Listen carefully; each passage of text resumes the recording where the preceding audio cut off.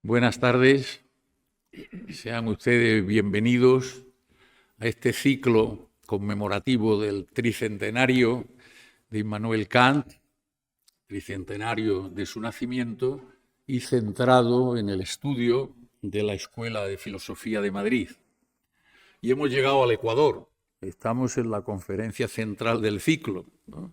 Que notablemente pues, se nos están abriendo bastantes luces acerca de la filosofía española, esta filosofía española que han venido llamando así los distintos conferenciantes, del siglo XX, prioritariamente en el primer tercio de este siglo XX, la década segunda, tercera y un poquito de la cuarta década, con las repercusiones y las difusiones posteriores.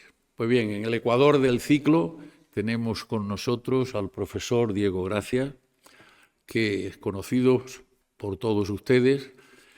Él, en primer lugar, pues como brevísimas notas, porque si no, no dejaríamos que nos iluminara con su luz, y sobre Javier Zubiri. En primer lugar, pues podemos recordar que ha sido discípulo de lo de verdad. Hoy ya parece que esta cosa no la disponen nuestros alumnos y discípulos actuales, de Pedro Laín Entralgo por una parte y de Javier Zubiri por otra, dos de sus polos de referencia, ¿no? Él es catedrático de universidad en la Facultad de Medicina. Entró en los primeros momentos con Laín Entralgo en el ámbito de la historia de la medicina, y también inmediatamente, muy joven, yo creo que ya está en los puestos de cabeza en la antigüedad, que es uno de los elementos prioritarios que todavía se conservan en las reales academias. Eso que llamamos el primum de antigüedad. Cuando yo llegué a la Academia de Medicina, pues él ya era de los pesos pesados. Y yo llevo ya 25 años, es una manera de entender. Una figura en el ámbito de la medicina española entrando por esa vía primera para dedicarse íntegramente a la bioética, en lo que se ha convertido en una autoridad mundial, no solo en una figura excelsa de los estudios de bioética española, sino que sin ninguna duda ha alcanzado este nivel al que me estoy refiriendo. Y hoy está aquí, obviamente, como el máximo experto que desde su condición de discípulo directo de Javier Zubiri, pues ha estado dedicado en gran medida no solo al estudio de su obra, elaboración, reelaboración de su obra, sino que desde la presidencia de la Fundación Javier Zubiri, pues nos está difundiendo la obra del filósofo metafísico, como le gustaba llamarse a él, pues con una exquisitez y con una generalidad extraordinaria. Pues lo tenemos aquí hoy precisamente pues para que nos ilumine sobre el papel de Javier Zubiri. Sé bienvenido al Instituto de Estudios Madrileños. Muchísimas gracias por haber aceptado esta invitación, y yo, como perfectamente sabe, podríamos estar aquí tanto tiempo como el que queremos dejarte a ti para que seas tú quien nos ilumines. Con cuidado. Muy bien, muchas gracias, Paco, por estas cariñosas palabras. Gracias a todos ustedes por estar aquí. Vamos a dedicar pues un rato, que espero no sea largo, a situar un poco la figura de un filósofo, en este caso Zubiri, en la filosofía española y en la filosofía europea. Por tanto, no verlo como un aerolito caído del cielo, sino como una persona que trabaja, innova, crea en una tradición que ya había comenzado antes y que naturalmente pues también está continuando después de él, ¿no? Y para eso nada mejor que comenzar con una idea del propio Zubiri. Zubiri dio un curso, entre los muchos cursos que dio uno que se tituló tres dimensiones del ser humano: individual, social e histórica. Y lo que ahora me interesa es la tercera dimensión, la dimensión histórica, donde hizo pues un análisis filosófico de lo que es la historia. Claro, la historia, todos formamos parte de la historia, y lo que hacemos pasa a la historia, o no pasa, pero en cualquier caso son actos a la vez que humanos, sociales e históricos. Y por tanto, para situar a un personaje, en este caso a Zubiri, a un filósofo, lo que es importante es ver qué papel jugó en la historia. Por tanto, vamos a tomar la historia como marco, y dentro de la historia de la filosofía, obviamente, y más en concreto la historia de la filosofía española, para poder entender un poquito lo que él ha hecho y ha aportado. Claro, Zubiri definía la historia como la entrega de modos de estar en la realidad. Por tanto, cuando venimos a este mundo, se nos entrega un depósito. Depósito es un término castellano que traduce un término griego que es paradosis, que se tradujo al latín por traditio y da en otros idiomas, en español, pues tradición. Pero tradición en latín no significa lo que significa en español, sino que significa entrega. De tal manera que cuando una persona viene al mundo aquí, en España o en cualquier sitio, pues se le entregan varias cosas. Lo primero que se le entregan, diríamos hoy, tenemos aquí a una estudiante de medicina, son unos genes, un pool genético, hay una entrega de genes que van a configurar en buena medida su realidad biológica, ¿no? Pero no solo se entregan genes, sino que se entrega mucho más. Es decir, venimos al mundo en un lugar concreto y una cosa que nos entregan es una lengua, por ejemplo.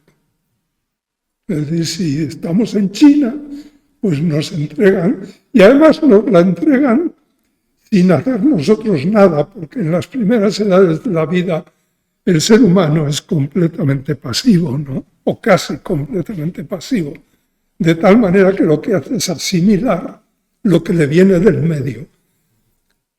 Por tanto, del medio al ser humano se produce una entrega. ¿De qué? De modos de estar en la realidad, dice Zubiri. De tal manera que eso nos va a condicionar y casi a determinar completamente. Es decir, por ejemplo, por poner esto en medicina es elemental y tiene consecuencias muy tremendas, ¿no? Cuando nacemos, aprendemos una lengua, aprendemos los usos y las costumbres de la cultura en la cual estemos. Por ejemplo, la cultura culinaria. Comemos ciertas cosas, no comemos otras, nos acostumbramos a comer de una cierta manera o a beber ciertas cosas y no beber otras. Y luego, cuando esto pasa mucho en medicina, ¿no? Cuando los pacientes pues tienen enfermedades metabólicas, por ejemplo, pues la diabetes es la más conocida, ¿no? Y el médico les dice, tiene usted que cambiar los hábitos de comer. Usted no puede comer hidratos de carbono con manga ancha, sino que tiene que saber lo que son 100 gramos de pan y tiene que restringir. Bueno, pues las personas al principio tienen miedo, estoy enfermo, esto es una enfermedad. Y dicen, doctor, no se preocupe, yo no voy a comer 100 gramos de pan, no voy a probar el pan. Y efectivamente, al principio, que tienen mucho miedo, pues no prueban el pan. Pero si se mira a los 3 años o a los 5 años y han vuelto a los hábitos primitivos, pues se ve con gran sorpresa que casi todo el mundo ha vuelto a sus hábitos de la niñez. ¿Por qué? Pues porque la historia es una entrega. ¿De qué? De genes, sí. ¿Y de qué más? Pues de usos, de costumbres, de modos de estar en la realidad, decía Zubiri. Claro, esto pasa en todo. Y pasa en filosofía también. Y entonces, cuando vamos a analizar a una persona, a un filósofo, que es Javier Zubiri, tenemos que tener en cuenta que Javier Zubiri está dentro de una historia en la cual hay una tradición, de tal manera que de una generación a otra se van pasando. Esto es como en las carreras de relevos, que hay un testigo, se andan 100 metros y hay que entregar el testigo al otro que anda otros 100 metros. Esto que en las carreras de relevo son 100 metros o los que sean, en historia es lo que se llama una generación. Es decir, las generaciones van entregando el testigo a las siguientes. Y a partir de ahí, durante la primera parte de la vida, uno se dedica a metabolizar, a introyectar esos modos de estar en la realidad que vienen de atrás, de los padres, de los abuelos, de tal, ¿no? Eso nos ocupa 30 años de la vida. Los 30 primeros años, ¿a qué los dedicamos? A estudiar, a aprender. Estamos introyectando cosas del depósito. El depósito, que es como un depósito, es un lugar que no vemos, pero que está ahí. Y en ese depósito, cada acto humano va introduciendo algo en el depósito. Si yo miento, estoy introduciendo la mentira. Si yo, soy corrupto, hago actos de corrupción, cada acto de corrupción se objetiva. Nuestros actos objetivan valores. Y esos valores quedan ahí, en un depósito. Tan quedan que, fíjense ustedes, hay expresiones que utilizamos todos y que lo que significan es esto. Por ejemplo, decimos, tal país es muy corrupto. ¿Qué significa eso?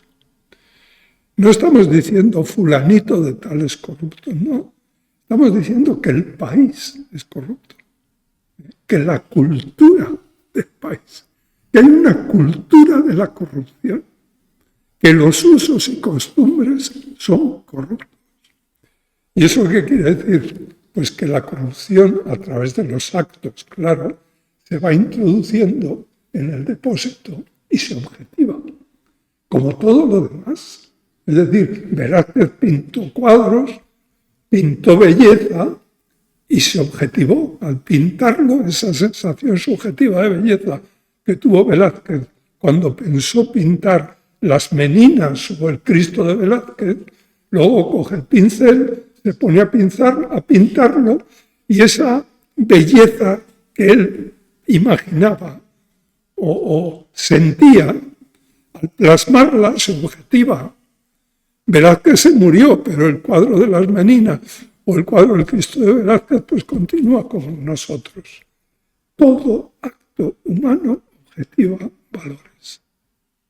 Esta es la primera cosa fundamental. Esto es Zubiri. Estoy hablando de Zubiri. Y esto es el concepto de historia en Zubiri. La historia es entrega de modos de estar en la realidad. Es que engullimos el espíritu objetivo que decía Hegel, el depósito de valores que las generaciones anteriores han ido metiendo. Todo lo que han metido en el depósito acabamos introyectándolo y acabamos haciéndolo cuerpo nuestro. Y si nacemos en una sociedad corrupta, pues tenemos que introyectar la corrupción. Luego, cuando lleguemos a mayorcitos, podremos juzgar si eso que hay en el depósito nos parece correcto o no nos parece correcto. Por tanto, si nuestros actos deben aumentar el depósito de corrupción que hay ahí, o no, o queremos revertir la situación del depósito. Y por tanto tenemos que introducir, mediante nuestros actos, lo contrario de lo que hay, ¿no? La no corrupción. Bueno, esto es general, esto es la historia humana. Todo lo que hacemos los seres humanos en la Tierra es mediante nuestros actos ir metiendo cosas en un depósito. Y cuando muramos, Velázquez murió, el depósito queda. El depósito es objetivo, decía Hegel. Y como es objetivo, nosotros los sujetos morimos, pero el depósito queda. Es nuestra. Eso es lo que va a quedar. Y ese es el testigo que entregamos a las futuras generaciones. Bueno, pues con esta pequeña idea de la historia, ahora la podemos aplicar a lo que ha sido la historia de la filosofía española del siglo XX. Y ver cómo esto mismo se ha dado en el caso de la filosofía, como se da en todos los demás casos. Si habláramos de la medicina, pues sería igual, solo que con personajes distintos y con objetivos distintos. ¿Por qué? Pues porque en la filosofía española del siglo XX ha habido 3 generaciones sucesivas que han ido introduciendo en ese depósito objetivo pues cosas muy importantes. Y además, cada generación ha metido lo propio y la generación siguiente ha podido utilizarlo e intentar ir más allá. Y esta es la sucesión de las generaciones, ¿no? Concretamente, en la filosofía española del siglo XX se pueden distinguir perfectamente de la primera mitad del siglo XX 3 generaciones. Hay una generación que es la generación con la que se cierra el siglo XIX y se abre el siglo XX, que esa es muy conocida porque no solamente tuvo buenos filósofos, sino sobre todo unos literatos excepcionales, que fue la generación del 98, la llamada generación del 98. Fue fundamentalmente una generación de literatos, no de filósofos, pero en ella hubo algunos pensadores importantes y concretamente un filósofo muy importante que todos ustedes conocen, que fue don Miguel de Unamuno. Él colocó la filosofía española a un nivel muy distinto del de las generaciones anteriores a él, que son las típicas del siglo XIX, de las cuales no voy a hablar porque entonces no llegaríamos a Zubiri, ¿no? Pero comienza algo nuevo con Unamuno. Unamuno es el filósofo representante paradigmático de la generación de cambio de siglo, del siglo XIX al XX, la llamada generación del 98. Y saben ustedes que, sobre todo en España, por obra de Ortega y Gasset, que escribió mucho y pensó mucho sobre las generaciones, Ortega decía que las generaciones tienen una vigencia histórica de 30 años. Cada 30 años, pues, tienen que pasar el testigo a otra generación. Y durante esos 30 años de vigencia de una generación, conviven 2 generaciones. Es decir, nunca hay una sola generación activa, sino que hay 2. De tal manera que en el fondo hay una generación más joven y otra más madura. Dice Ortega que entonces las generaciones son de 15 años, entre los 30 y los 45 años está la generación de los jóvenes. Y coexiste con otra generación, que es la de los maduros, que va de los 45 a los 60 años. A la primera la llama Ortega la generación en gestación y la segunda la generación en gestión. Es la que gestiona la vida, las instituciones, la política. Los literatos ya son conocidos, los que publican más, etc., ¿no? Y en todo periodo histórico coexisten dos generaciones, ¿no? Y en cualquier caso, esto pasa en la cultura en general y se ve clarísimamente en la filosofía española del siglo XX. Unamuno es el representante paradigmático de la generación del 98. La siguiente generación es la llamada, sobre esto hay una literatura enorme porque se ha estudiado mucho, la llamada generación del 14. ¿Por qué 14? Bueno, pues la Primera Guerra Mundial está ahí y cambia de nuevo pues, Europa, ¿no? Y en la generación del 14, pues también hay un filósofo, hubo varios, pero hay uno que destacó sobre todos los demás, que fue don José Ortega y Gasset. Por tanto, tenemos a Unamuno está a un cierto nivel, está Ortega está a otro nivel. ¿Por qué? Pues porque han pasado 15 años. Porque las cosas, ahora veremos qué es lo que ha ido cambiando, ¿no? Y luego hay otra generación que, claro, entre la del 98 y la del 14, pues hay 15 años aproximadamente, que es lo típico de una generación, ¿no? Como coexisten dos en cada periodo histórico, pues el periodo es de 30 años con dos generaciones activas, la más joven y la más madura. Y Zubiri era más joven y fue alumno de Ortega y por tanto mucho más joven que Unamuno, ¿no? Y pertenece a otra generación que recibe o se la nombra con diferentes fechas. Generalmente se la llama generación del 27. En el año 27, bueno, pues sobre todo ahí hubo una generación poética muy importante como consecuencia del centenario de Góngora y el redescubrimiento de Góngora como gran poeta. Bueno, entonces hay un movimiento cultural aquí en Madrid muy importante. Otros la llaman generación del 31, República, Segunda República, en fin, ciertos acontecimientos históricos importantes. Pero es la generación que comienza en torno al año 30, 27, 28, 30. ¿No? Tuvo grandes poetas y tuvo un gran filósofo, y ese filósofo es Zubiri. De tal manera que podemos ver en el medio siglo de filosofía y de cultura española de la primera mitad del siglo XX como tres escalones en filosofía. El primero sería Unamuno, la última generación del siglo XIX, si la queremos llamar así.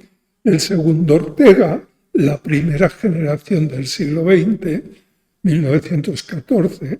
La segunda, la de Zubiri, la generación del 27 o del 31, y él es indudablemente el filósofo más representativo de esa generación.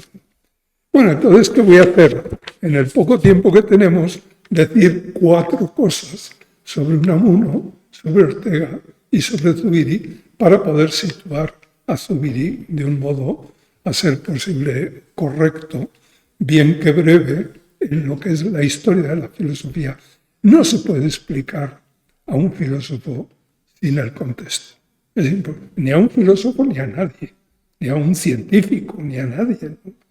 Es decir, ellos aportan a un depósito que ya está ahí y lo que hacen es modificar el depósito, incrementarlo, mejorarlo, se supone, pero si no entiendes el depósito, mal vas a entender la novedad y por qué eso que aporta es novedoso, etc.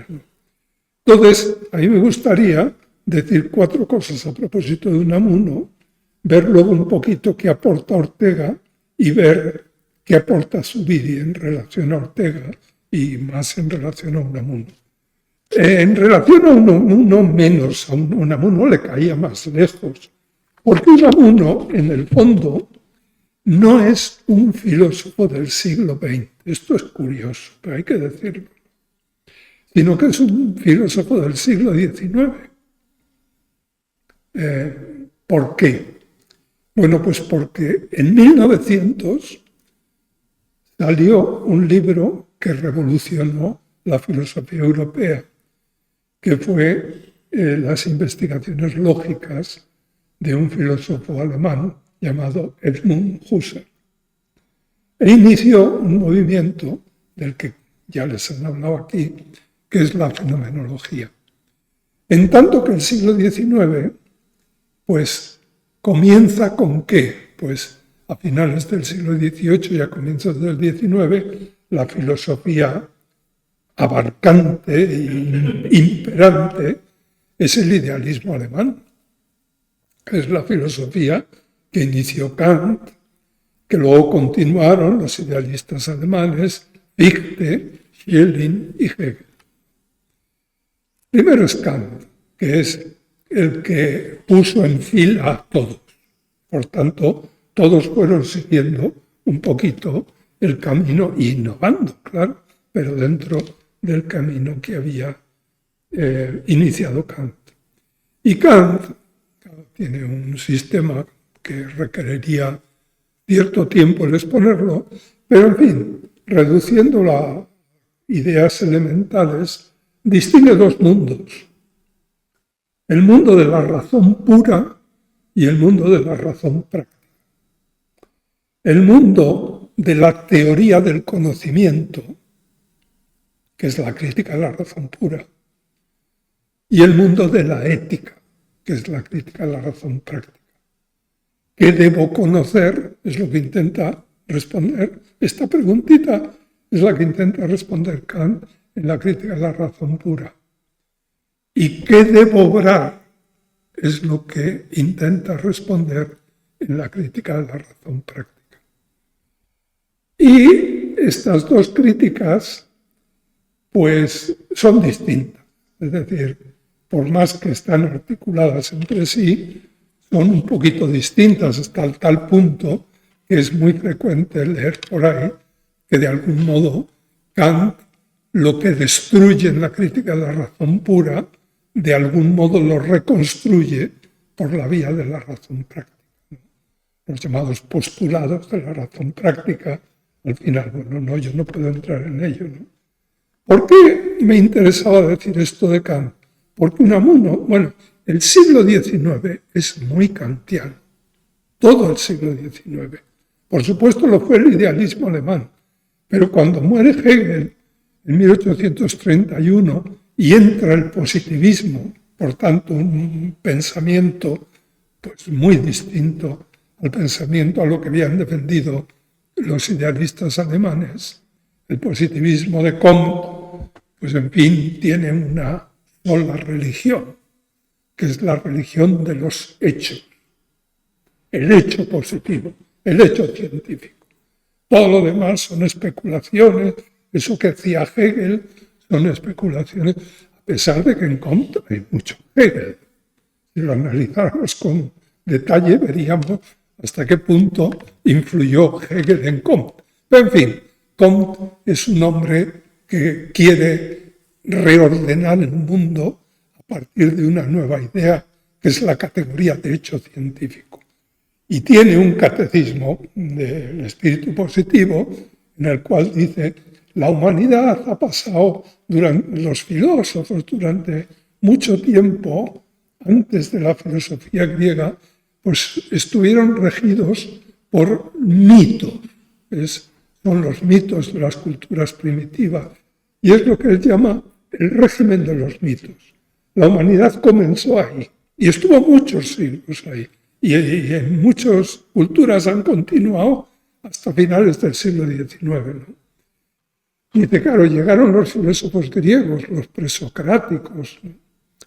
Y comienza otro régimen, dice Comte, que ya no es el régimen de los mitos, sino que es el régimen de las especulaciones, dice Comte. Entonces llegan los filósofos, hacen metafísicas, Platón, ¿no?, con el mundo ideal y tal.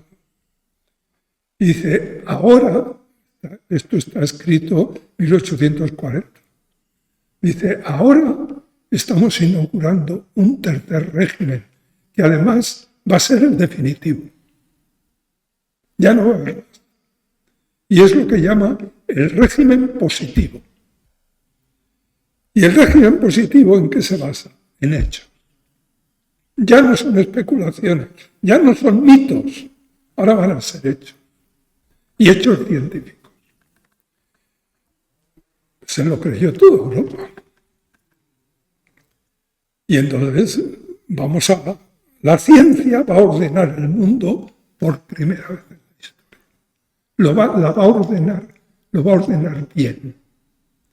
Y se van a acabar los problemas. Esto se decía en 1840. En 1914 hay una guerra mundial, la que entonces se llamó Gran Guerra. No Primera Guerra Mundial, porque lo de Primera Guerra Mundial se dijo después de la Segunda. Ahora empiezan a insinuar que puede haber una tercera, ya veremos. Pero en fin, aquello se llamó Gran Guerra. Había habido otras guerras en el siglo XIX. En 1870 hubo una guerra franco-prusiana en la cual se zumbaron de lo lindo los franceses y los prusianos. Bueno, pues la guerra de 1914 fue mucho mayor. Y además fue mucho más sangrienta y murió mucha más gente. ¿Por qué murió más gente?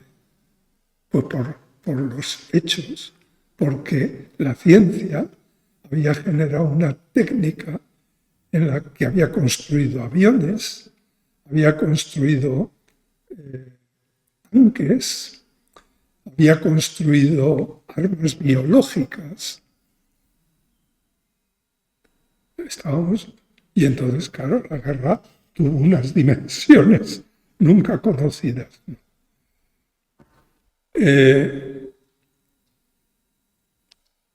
Esto es importante para darse cuenta el profundo cambio que se va a producir a comienzos del siglo XX.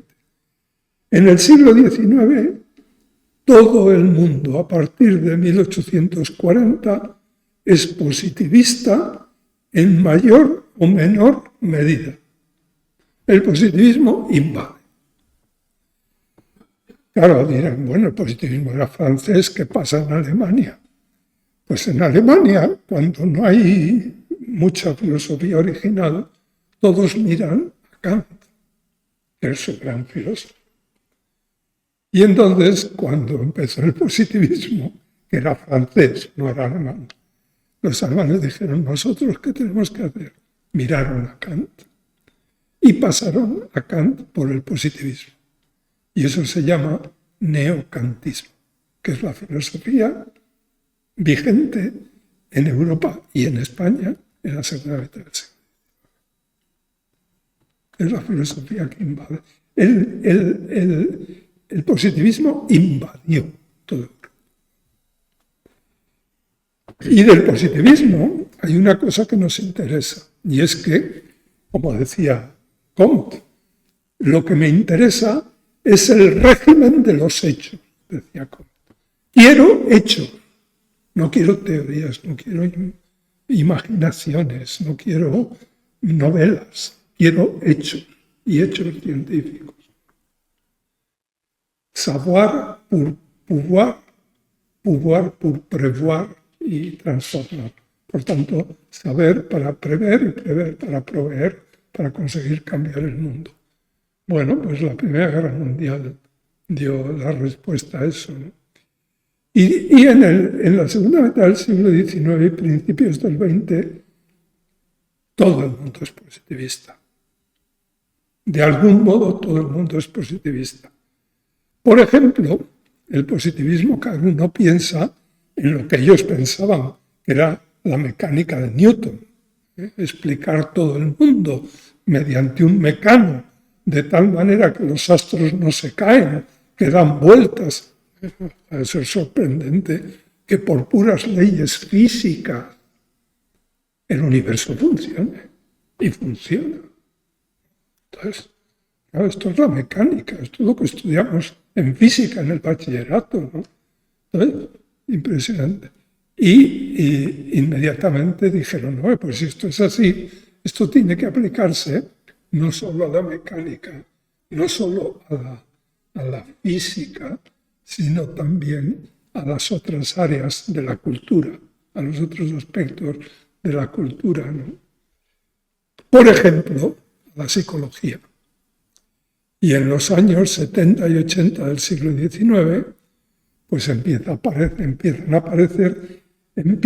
aparecer la psicología experimental. Es decir, se puede experimentar en psicología como se experimenta en física. Y entonces, ¿y a qué conclusión llegaron? Bueno, pues se pueden ver los libros porque están ahí, ¿no? Y no están tan lejanos de nosotros, ¿no? Pues la idea es que los datos de la ciencia física son objetivos, pero las representaciones mentales pues no son objetivas, son subjetivas. Y yo ahora estoy viendo esta mesa como azul. Pero no puedo afirmar, esto es lo que la ciencia psicológica descubre, no puedo afirmar que en sí sea azul. El azul es un fenómeno de conciencia, es algo subjetivo. Entonces, todos los fenómenos psíquicos, esos son subjetivos. Y entonces fíjense lo que sucede, esto es finales del siglo XIX, que hay un mundo, el mundo de la física, de la química, el mundo de lo objetivo. Y ese mundo la ciencia lo maneja muy bien. Y luego hay un mundo que la ciencia está empezando a manejar, pero que se caracteriza porque no es objetivo. Digo que es peculiar, es subjetivo. Entonces, por ejemplo, los valores, la cultura, todo eso que es objetivo como las leyes de la física, pues no. Entonces es subjetivo. Y fíjense, de ahí viene una cosa que continúa hasta el día de hoy y contra la que van a luchar los filósofos del siglo XX denodadamente. Y es que cuando nosotros en nuestra cultura decimos esto es objetivo, ¿qué queremos decir? Esto va a misa, esto es real, esto es verdadero, esto no se discute. Y cuando decimos esto es subjetivo, ¿qué queremos decir? Pues que no es objetivo, que no va a misa, que lo mejor es no discutir, ¿no? Porque no vas a llegar a nada bueno.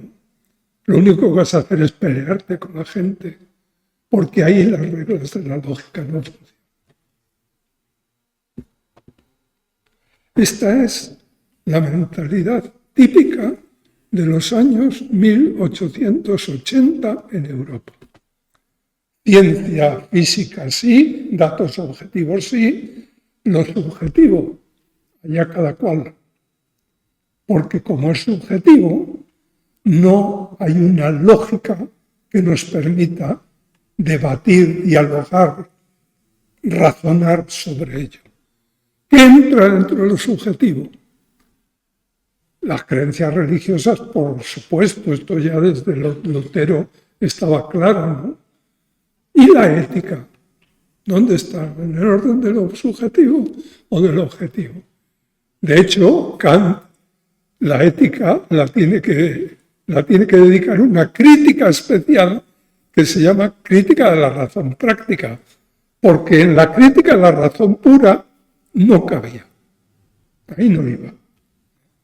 Es decir, este es otro mundo, este mundo de lo subjetivo es un mundo proteiforme, oscuro, lógico, sin reglas claras, donde lo mejor es yo te respeto, pero no me cuentes tu vida, porque podemos llegar a las manos. Esto es así. Fíjense, esto es lo que pasa a la altura de 1900 en Europa.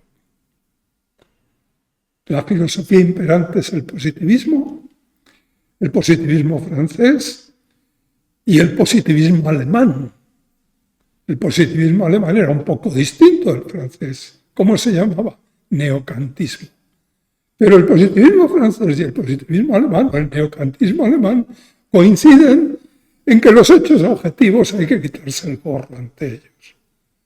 Pero los fenómenos subjetivos son personales, no tienen una lógica clara, y decir que son subjetivos quiere decir pues que no se puede razonar sobre ellos de un modo claro.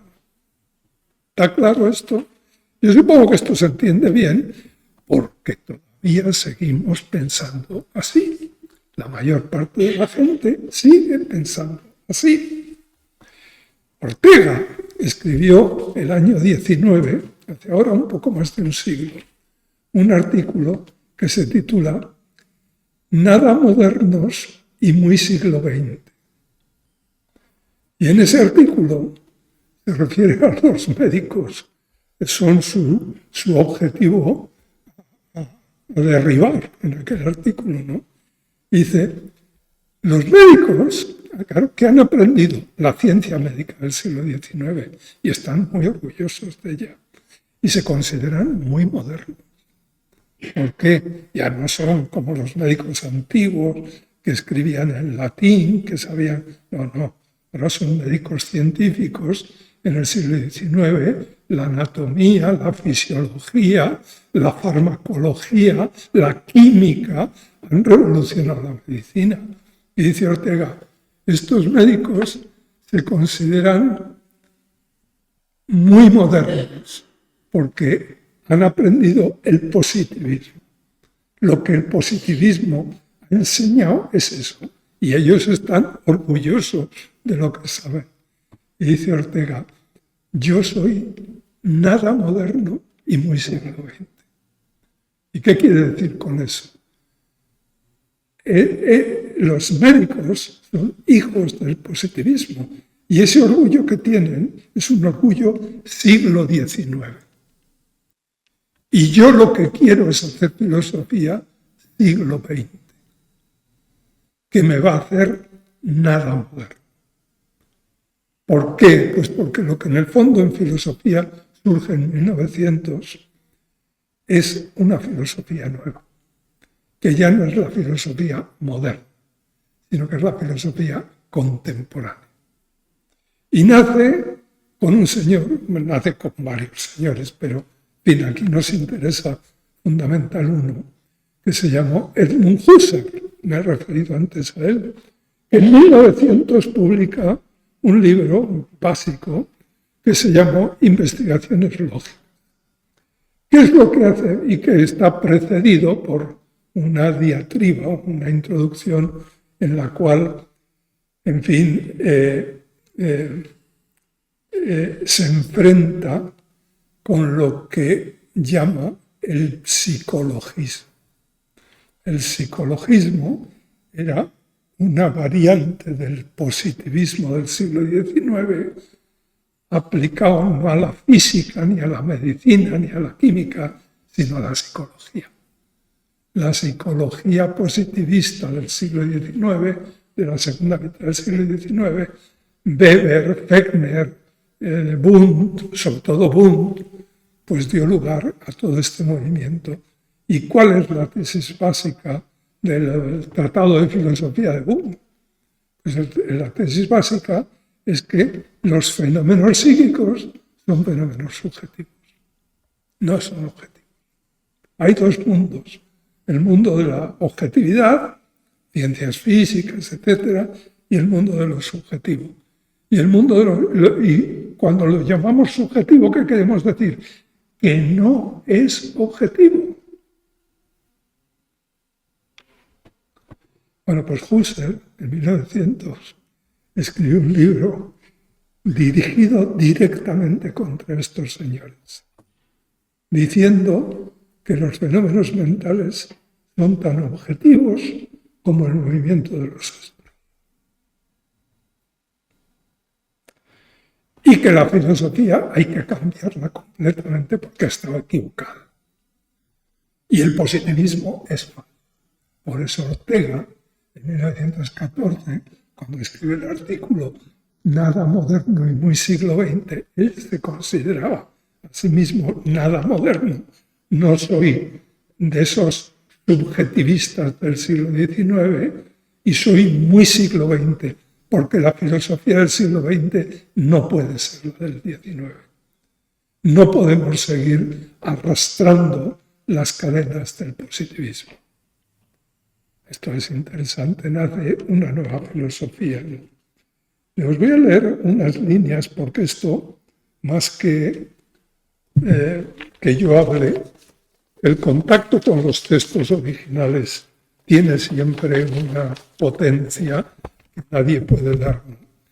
Ortega, esto fue Ortega. Ortega es el que introduce en la Facultad de Filosofía de Madrid, que era neocantiana, esta nueva mentalidad. Y cambia la Facultad de Filosofía. Y Ortega, pues el año 36, poquito antes de que comenzara la guerra, le hacen un homenaje en el periódico El Sol, porque lleva, no sé cuántos fueron, 25 años de catedrático. Entonces quieren hacer un número extraordinario. Y Zubiri escribió un artículo sobre Ortega en el monográfico del Sol dedicado a Ortega. Y os voy a leer unas líneas de lo que dice Zubiri. Allí dice: hace 25 años, es decir, en 1911,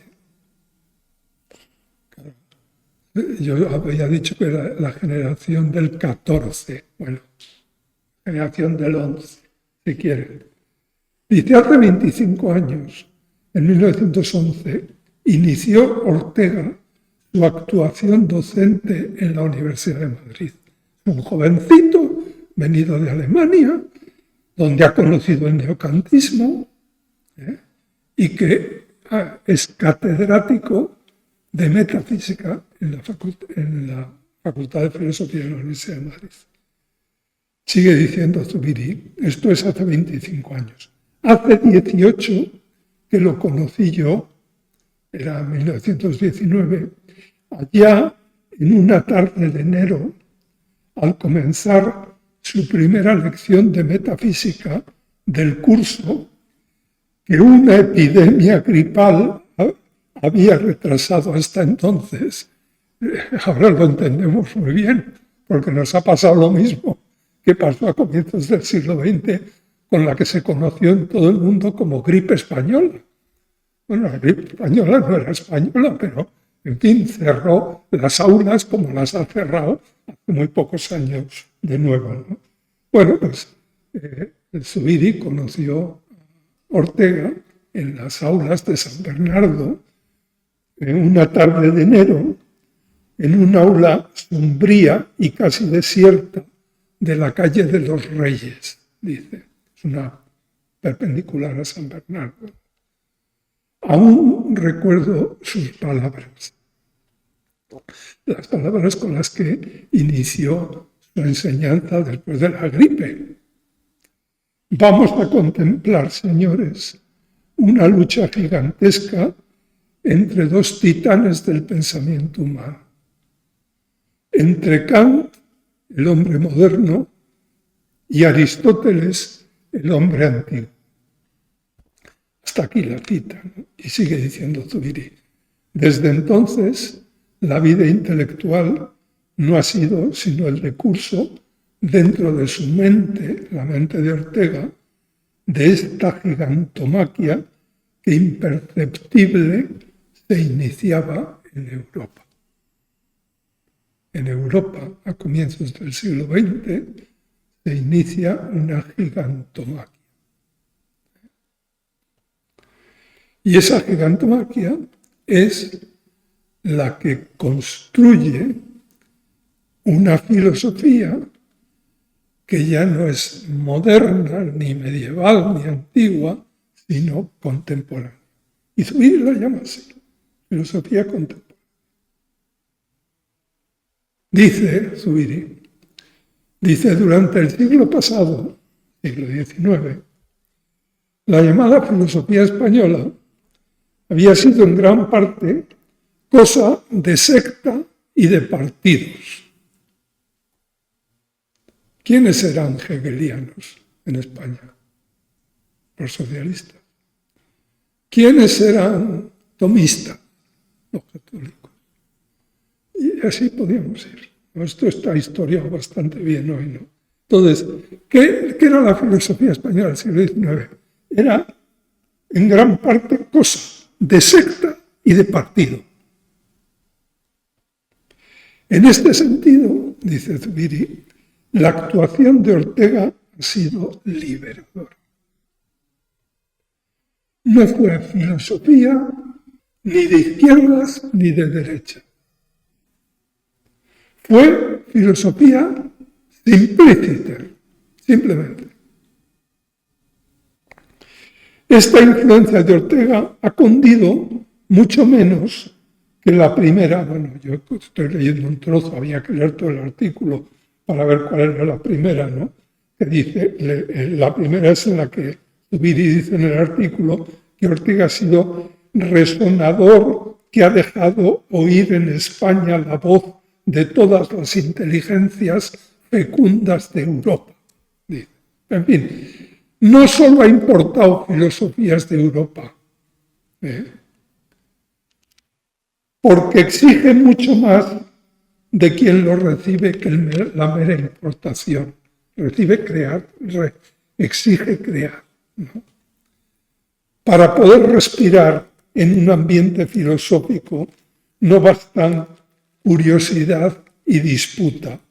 Es preciso poner a la filosofía en marcha dentro de nosotros mismos, dice Zubiri. Y Ortega fue el que inició eso en España, más allá de las filosofías de partido y de secta que sí funcionan en el siglo XIX en España. Esto es lo que se inicia en España a comienzos del siglo XX. Les voy a recordar unas fechas y unos libros que conocen seguramente todos ustedes, ¿no? Uno, el año 1914. El año 1914, Unamuno publica un libro espléndido que se titula La vida de Don Quijote y Sancho. Perdón, es el año 12. Y el año 14, Ortega publica su primer libro, Las Meditaciones del Quijote. Está comenzando el siglo XX. Y están apareciendo la obra fundamental de Unamuno y la primera gran obra de Ortega, que son las Meditaciones del Quijote, ¿no? 2 años antes, no eran las Meditaciones del Quijote, era del sentimiento trágico de la vida, que es la obra fundamental de Unamuno, es del año 12, y las Meditaciones del Quijote son del año 14, ¿no?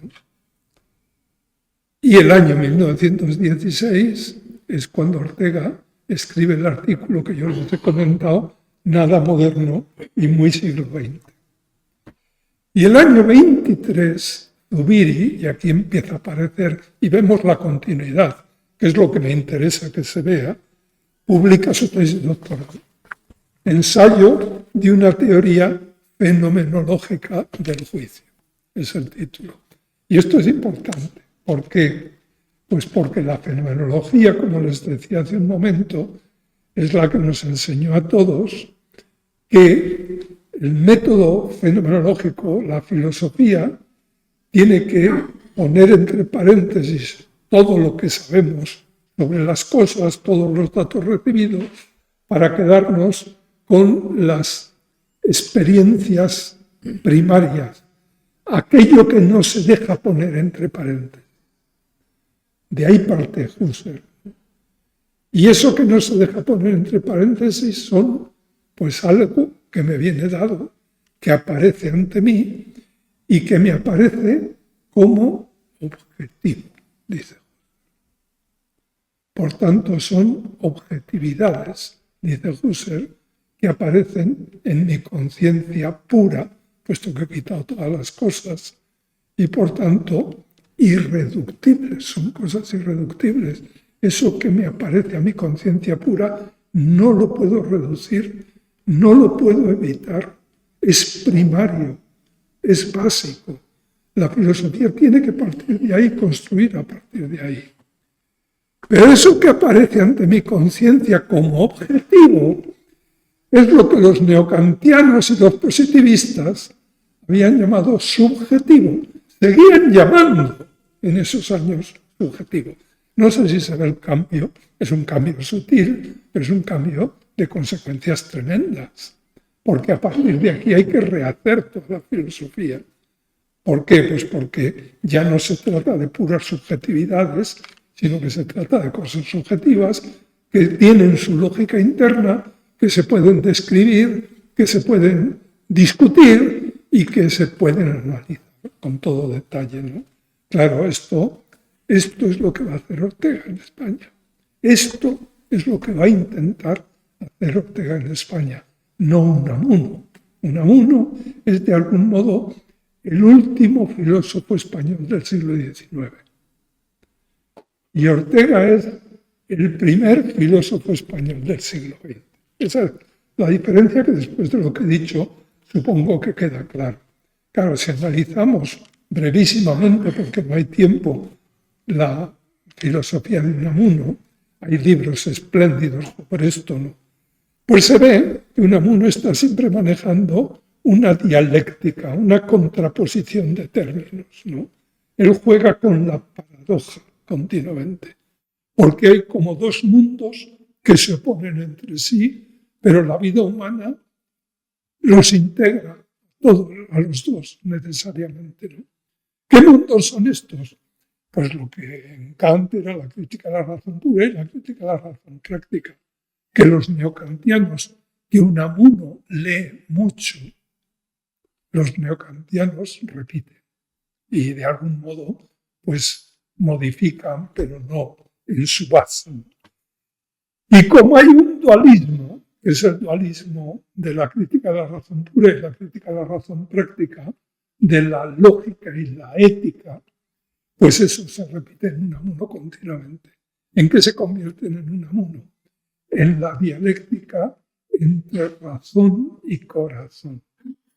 La razón me dice que tengo que morir. El corazón me dice que quiero ser eterno.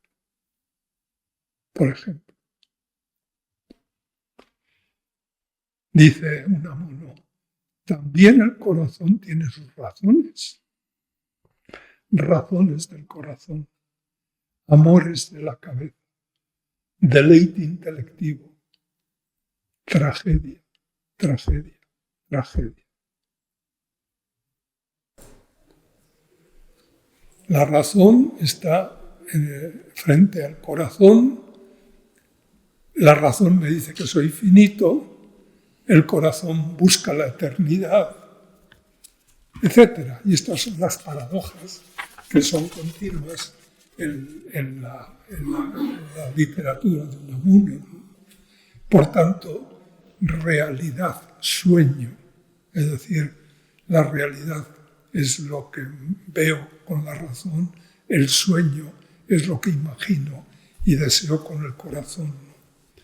Dice Unamuno, ¿qué es más real? ¿La realidad o el sueño?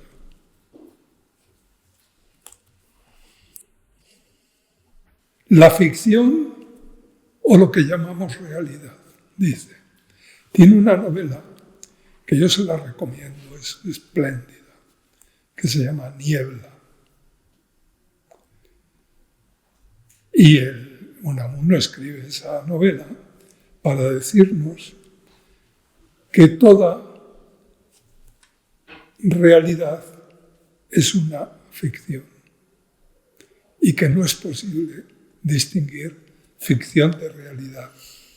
Y dice Unamuno en esa novela, dice, hay aquí toda una metafísica o una metahistoria. La historia es el orden de lo contingente, la intrahistoria es lo que está más profundo, que es ese otro orden del corazón, ¿no? Y saben ustedes, lo he citado antes, que Unamuno escribe pues, un libro sobre el Quijote. ¿Quién es Don Quijote? Don Quijote está cuerdo o está loco. Bueno, es la dialéctica razón-corazón, ¿no? Y por tanto, el Quijote sería el paradigma de esa tragedia, que es la tragedia de la vida humana y que es la que Unamuno está intentando describir, ¿no? Dice Unamuno, lo más real es el sueño, también lo más profundo y humano, y lo más divino, dice. Esta es de hecho mi religión, dice. Y al final de la vida de Don Quijote y Sancho escribe, entre admiraciones, la vida es sueño. ¿Será acaso también sueño, Dios mío, este tu universo de que eres la conciencia eterna e infinita? ¿Será un sueño tuyo? Bueno, continúa, yo no tengo mucho tiempo, ¿no? Y dice,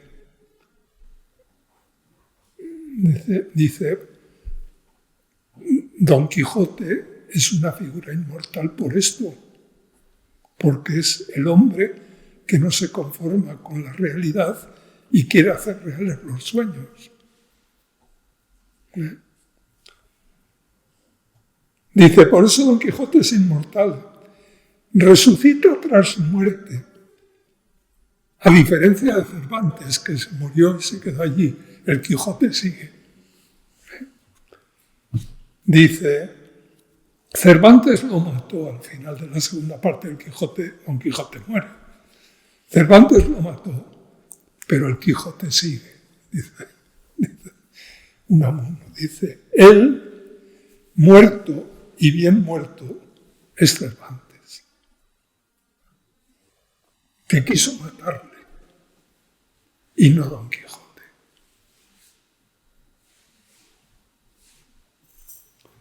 Muchas veces tenemos a un escritor por persona real y verdadera e histórica, por verle de carne y hueso, y a los sujetos que fingen sus ficciones los consideramos no más que de pura fantasía. Y dice Unamuno, pero lo real es lo contrario, sucede al revés. Y es que estos sujetos son muy de veras, y toda realidad, y de toda realidad, y se sirven de aquel otro que nos parece de carne y hueso para tomar ellos ser y figura entre los hombres. Esto es Unamuno, que es, en fin, un intento de superar, de algún modo, pues ese positivismo que tengo que acabar. Pues rápido. Simplemente decirles, claro, que esto es Unamuno. Ortega va a ir un paso más allá. No en vano, lo mismo que Unamuno escribió la vida de Don Quijote y Sancho, Ortega va a escribir otro libro sobre el Quijote, que son las meditaciones del Quijote.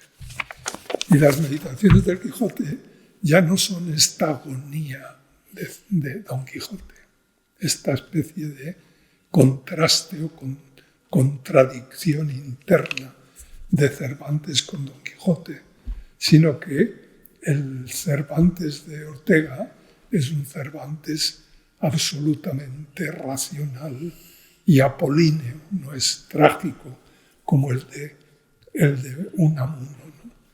Y en la vida de Don Quijote y en las meditaciones del Quijote es donde Ortega intenta poner a punto el método fenomenológico en español, aplicar en español el método fenomenológico.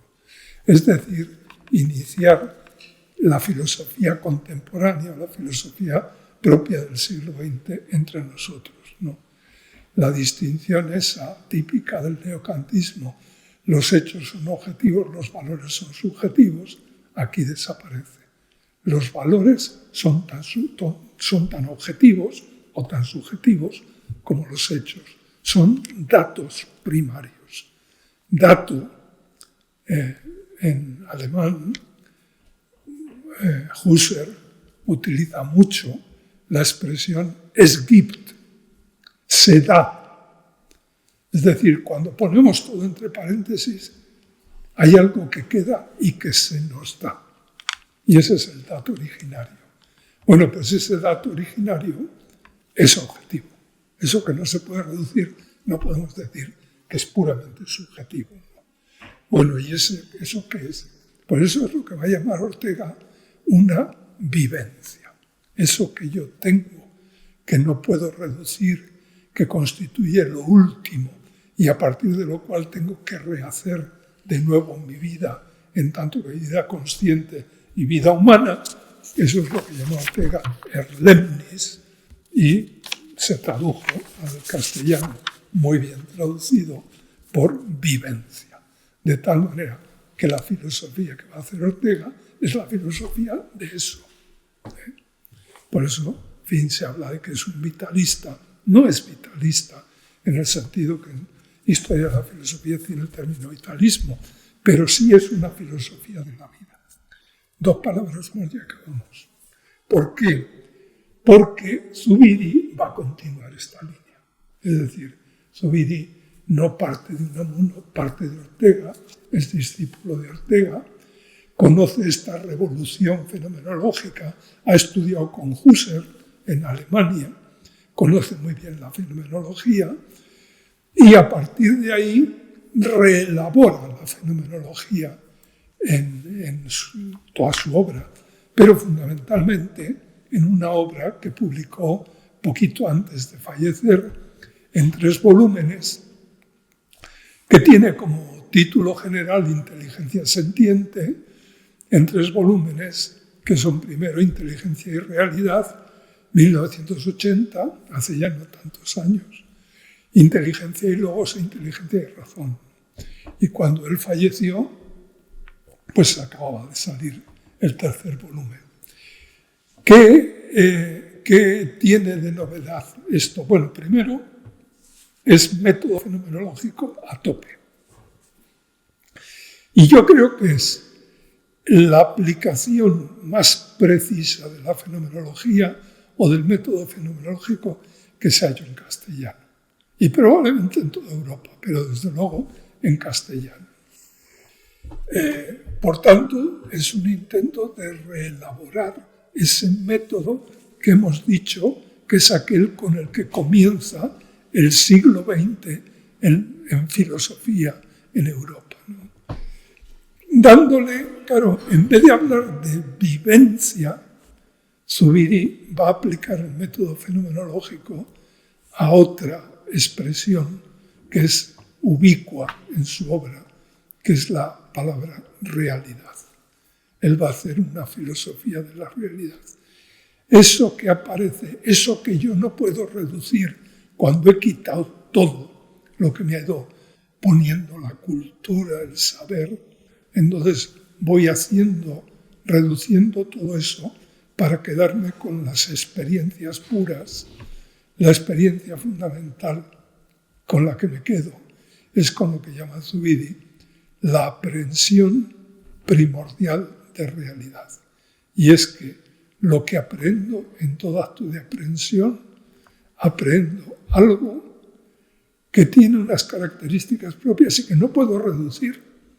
Y es que, entre otras cosas, es algo distinto de mí, que tiene unos fueros distintos de mí y que yo no puedo reducir a mí. No sé si se ve esto. Sale por sus fueros. Realidad es eso que no se deja reducir. ¿Cómo lo llama Zubiri esto? Realidad. ¿Y qué es realidad? Dice Zubiri, es lo que es de suyo. no es mío, es de suyo. Esto en los latinos lo llamaban exe. Exe, lo que es exe, es por sí, en sí, de suyo. Entonces, ¿qué es lo que hace Zubiri? Pues reelaborar toda la filosofía a partir de este dato originario, que no es subjetivo ni objetivo, es más, es real. De tal manera que es la base de todo lo objetivo y de todo lo subjetivo. Y entonces Zubiri hace una reforma de la fenomenología a la que pone el nombre de noología. Bueno, esto es un neologismo en castellano, pero en fin, habida cuenta que Husserl había manejado mucho una contraposición entre noesis y noema, en eso que no puedo reducir en la experiencia originaria, hay un polo, que es mi nous, mi mente, mi noesis, y aquello que se hace presente en mi noesis. Ese es el noema. Y entonces noesis y noema son los dos polos fundamentales de la relación primaria fenomenológica. Zubiri lo acepta, ¿no? Pero dice, hay otro elemento. No solamente hay noesis y hay noema, sino que hay un tercer factor, que es lo que llama la noergia. Noergia, claro, de ahí viene energía, de ahí vienen muchas palabras, ¿no? Noergia es que eso que se me da tiene poder sobre mí, se me impone. Es tan distinto a mí que yo no puedo hacer con él lo que quiero, sino que se me impone siendo lo que es. Y se me actualiza, tiene actualidad en mí. La mejor traducción de energía probablemente sería actualidad. Bueno, esto es Zubiri, y dos palabras y acabo.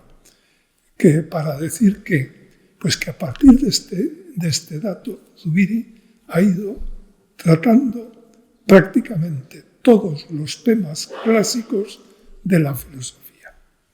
Ha ido rehaciendo la filosofía entera. La filosofía tiene varias partes, de hecho, en la Facultad de Filosofía pues hay varios departamentos, ¿no? Hay un departamento de teoría del conocimiento, de metafísica, de ética, de estética. Bueno, todo eso está reelaborado en la obra de Zubiri a partir de este dato primario, que es su noología o su fenomenología, que es de algún modo, él se sitúa en la dirección de Husserl, que con la fenomenología lo que quiso fue enmendar la plana a Kant, que había elaborado una cosa que llamó teoría del conocimiento. La teoría del conocimiento de Kant da lugar a la filosofía del siglo XIX, la fenomenología de Husserl da lugar a la filosofía del siglo XX, y a finales del siglo XX Zubiri reelabora la fenomenología y da lugar a lo que llama la noología. Bueno, lo dejamos aquí, si quieren ustedes, y podemos debatir lo que quieran.